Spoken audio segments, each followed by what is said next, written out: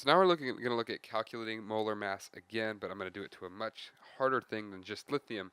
I'm going to look at sulfuric acid, which is H2SO4. So here we have a polyatomic ion here binding with a nonmetal. Um, so when calculating molar mass, what I want to do is I want to take up all the atomic masses, I'm going to add all those together, and that's going to be how many grams of something it takes. That's how many grams of this substance it will take to have 1 mole of that substance. So what I like to do is I like to lay out each thing I have. I have sulfur, and then I have oxygen. Those are the 3 atoms that I'm working with in this problem here.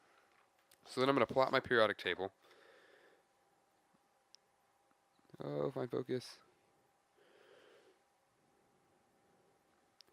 I'm going to pull up my periodic table and I'm going to look up hydrogen. Hydrogen has an atomic mass of 1, so I'm going to write 1 right here. Then I'm going to look for sulfur. Sulfur's over here. It's about 32. 32.07. And then oxygen here is straight at 16. So now I have that. But I don't just have 1 hydrogen, 1 sulfur, and 1 oxygen. I'm going to write multiply here because that's how many I have. Hydrogen, I have 2 of those. That comes from this 2 subscript here. Sulfur, I only have 1 of those, so I'll multiply that by 1. And oxygen, I have 4 of these. So I just draw an equal sign, multiply across 2. This becomes 32.07.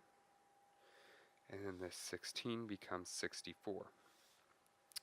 And then all I'm going to do is add them together. So I have 0.07, 2 plus 2 plus 4 is 8, and then 6 plus 9 is 98.